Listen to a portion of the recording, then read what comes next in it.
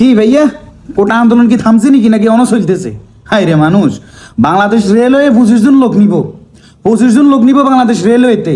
তার মধ্যে 20 জনই হয়েছে যে পোষ্য কোটা, এর মধ্যে বাকি আছে 5 জন। 5 জন মধ্যে 2 জন ভাই হইল গিয়া মুক্তিযোদ্ধা কোটা, বাকি আছে 3 জন। হাই রে, এই সোনার হরিণ ধরাল্লা বলি, এই 3 জনের লাই বলি লক্ষ লক্ষ মানুষ আবেদন করতেছে। এখন আপনার প্রশ্ন উঠতে পারতেছে যে ভাইয়া কি দরকার আছে? হেতারা তো এত মন মতো 3 জনটা সিলেক্ট করেই ফেলছে বাসর রাইতেই। এখন হেতারা মানে কি কোন দুঃখে উড়ে সাধারণ জনগণের লক্ষ লক্ষ সাধারণ জনগণ রে হয়রানি করতেছে কোন দুঃখে? ওমা ইয়ে তো স্বার্থ আছে। আপনি মনে করেন যদি এই 3 জনের উসিলে যদি লক্ষ লক্ষ মানুষ আবেদন করে, এই লক্ষ আবেদন থেকে কি মানে ধরেন আমি মনে করলাম 1 জন থেকে লক্ষ মানুষ আবেদন করতেছে, তো 1 জন থেকে যদি 10 টাকা করেও পায় তো বহুত লাখ টাকা হয়, বহুত টাকা। খেয়াল করছেন নাকি আপনি বাবুরে? এনে মধ্যে বহুত টিয়া এতরা ভাই যেতেছে। হ্যাঁ, তো লস কোনান দি এই 18 কোটি জনগণের দেশের মধ্যে মাত্র 3 জন সাধারণ মানুষ চাকরি পাইব। সরকারি চাকরি সোনার হরিণ। হ্যাঁ হায় রে, বাংলাদেশের মধ্যে আনাসে কানাসে রিক্সা থেকে শুরু করি, জালমুড়ি থেকে শুরু করে ফুচকলা পর্যন্ত সব শিক্ষিত। যারে জিজ্ঞেস করি ভাইয়া আমি ইন্টার পাস, আপনি কি পাস? ভাইয়া আমি তো মেট্রিক পাস। ভাইয়া আপনি কি চালাইতেন রিক্সা? তা আপনি কি পড়াশোনা করছেন নাকি? আপনার কথাবার্তা খুবই স্মার্ট, হ্যাঁ আপনার কথাবার্তার মধ্যে একটা মাধুর্যতা আছে। ভাইয়া আমি তো মাস্টার্স পাস করছি। তা আপনি রিক্সা চালান কিনলে? ভাইয়া 2 বছর আমি সার্টিফিকেট দুই পানি খাইতে খাইতে খাইতে খাইতে আমার জ্বর চলিয়েছে ভাইয়া, আমি আর পাইতেছি না, আমার ডায়রি হয়ে গেছে সার্টিফিকেটের পানি খাইতে খাইতে। কি লাভ? প্রাইভেট কোম্পানির মধ্যে যদি চাকরি যায়, ইন্টারভিউর সময় জিজ্ঞেস করে আপনার কি পূর্ণ অভিজ্ঞতা আছে, আপনার কি এক্সপেরিয়েন্স আছে? এরে শতানের ভাই জগল, এতে হড়াইলে শেষ করছে এবছর, হড়াইলে শেষ করিয়ে তো হাতে সার্টিফিকেট লোক তোকে দরবারে গেছে, তোকে সিন্নির দরবারে গেছে। এখন তোরা যে বেকুবের মতন জিজ্ঞেস করস যে ভাইয়া আপনার পূর্ব অভিজ্ঞতা আছে কিনা, আপনার এক্সপিরিয়েন্স আছে কিনা, কাজ সম্বন্ধে কোনো ধারণা আছে কিনা, তাহলে এটা তোরা লিখি দে। জাতীয় রাজস্ব বোর্ড থেকে শুরু করে প্রত্যেকটা জায়গার মধ্যে একদম নিখুঁতভাবে লিখি দে যে পড়াশোনার পরে যেই কোম্পানিতে চাকরির জন্য আবেদন করবে, আবেদন করার আগে আল্লাহর হস্তে দয়া করি ওই কাজের অভিজ্ঞতা 2-3 বছর আগে আদায় করে নিবা, তারপরে গিয়া চাকরির জন্য আবেদন করো। স্পষ্ট বলি দে।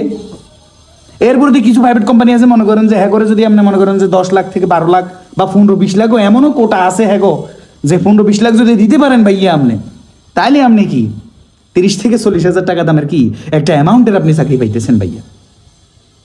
অতি দুঃখে কথাগুলো আইয়ে ভাই, অতি দুঃখে। বাংলাদেশের আনাসে কানাসে একটা লোক নাই যে অশিক্ষিত। মানে আমি আমার দেখাই দেখতেছি যে প্রায় 95% মানুষ দেখছি আমি সার্টিফিকেট নিয়ে ঘুরতেছে ভাই। আমার পরিবার, আমার আত্মীয় স্বজনের মধ্যে তো আমি বহুত দেখছি লাস্ট মুহূর্তে ব্যাদিশা ওই কিচ্ছু কুল কিনারা না পাই বিদেশ চলে গেছে, বিদেশ যেমন কামলা দেয়। তো কি লাভ ভাই? মানে এই পড়াশোনা লক্ষ লক্ষ টাকা খরচ করি অনার্স মাস্টার শেষ করার কি প্রয়োজন আমার বল? তাহলে এক কাজ করে জন্মের পরে বুঝাবার পরে বাস হ্যাঁ একটা রিক্সা ধরাই দাও, নইলে যে কোম্পানিতে চাকরি করবো ওই কোম্পানির কি কাজ শিখাও, হ্যাঁ পড়ালেখার দরকার নাই।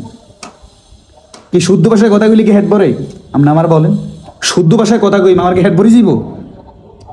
মানুষ কি কইতাম, অতি দুঃখে কথাগুলো আসতেছে ভাই। আল্লাহর হস্তে আপনারা যারা উপর স্তরে আছেন এগুলা বাদ দেন ভাই। বহুত কোম্পানি আছে, এরকম বহুত কোম্পানি আছে নিয়োগ যদি 3 জন হয় আবেদন করে 300 জনে। আর ভাই কি দরকার? তোরা তো তোকে মতন করে সিলেক্ট করি রাখছস, তোরা তোকে মতন টাকা খাইছস, তোকে মতন কি আত্মীয় স্বজন থেকে কি লোক সিলেক্ট করে ফেলছস, তাহলে তোরা চাকরি না দিয়ে দিবি? দরকার আছে মানুষের হয়রানি করার? কোনো মানে হয় এটার? হা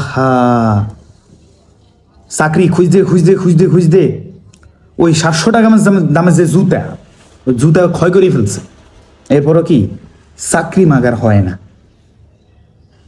এক 60 গায়ের মধ্যে দিছে, ওই 60 গাত দিয়ে ইন করি চাকরির ইন্টারভিউ দিতে সাধারণ মধ্যে সিটাই ঘটে গেছে, মাগার এত চাকরি হয় না। ওইব কত ওই যে বাসর ঘরে হাতে তো সিলেক্ট করে রাখছে আমি অমুকের, আমি যদি ওই কোম্পানি পকাত করি একটা পজিশন নিতে পারি, আমি আমার আত্মীয় থেকে, আমার শালা থেকে শুরু করে, আমার ভাই থেকে শুরু করে যোগ্যতা থাকুক আর না থাকুক, টাকা খাই হলো আমি কি একটা চাকরি তার ব্যবস্থা করে দিব। তাহলে সাধারণ যে ছাত্রগুলো আছে যাদের শুধু শিক্ষাগত যোগ্যতাটাই আছে, যারা শুধু কলমের অ্যাকশন নিতে পারে, টাকার এক্সচেঞ্জ যাদের নাই তাদের কি উপায় হবে ভাই? তারা কেন বছরের বছর পড়াশোনা করি তারা কেন এতগুলো সার্টিফিকেট জোগাড় করছে? কি কারণে? হ্যাঁ, কি আপনি আমি আমাদের সাথে শুদ্ধ ভাষায় কথা বলার জন্য, মাধুর্যতার সহিত কথা বলার জন্য, কি শুদ্ধ ভাষায় কথা বলার জন্য পড়াশোনা করছে? হ্যাঁ, চাকরি না করলে তারা খাইব কি ভাই? যাদের কারণে আজকে দেশের এই অবস্থা, তাদের উপর আল্লাহর গজব নাজিল হোক।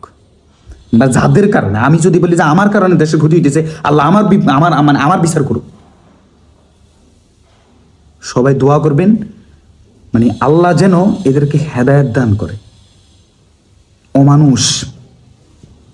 মানুষও ভালো আছে ভাই, এদের আচার আচরণ দেখলে কোনো একটা সরকারি কাজে যাইতে গেলেই কতটা যে হয়রানি হইতে হয়, এটা আমাদের মতন সাধারণ জনগণ যারা আছে তারা বুঝে। আমাদের মতো সাধারণ জনগণ যারা আছে তারাই বুঝে। কোটা আন্দোলন, সারা তিনজনের জায়গা দখল করার জন্য লক্ষ লক্ষ মানুষ আবেদন করতেছে, লক্ষ লক্ষ মানুষ হয়রানি হইতেছে, অথচ দেখেন যে তারা গিয়ে সিলেক্ট করে লিখছে এই 3 জন ক্যাডা। ঠিক আছে, ভালো লাগতেছে না ভাই, গরমে বাসি না, এমনি কারেন্ট নেই। আল্লাহ হাফেজ।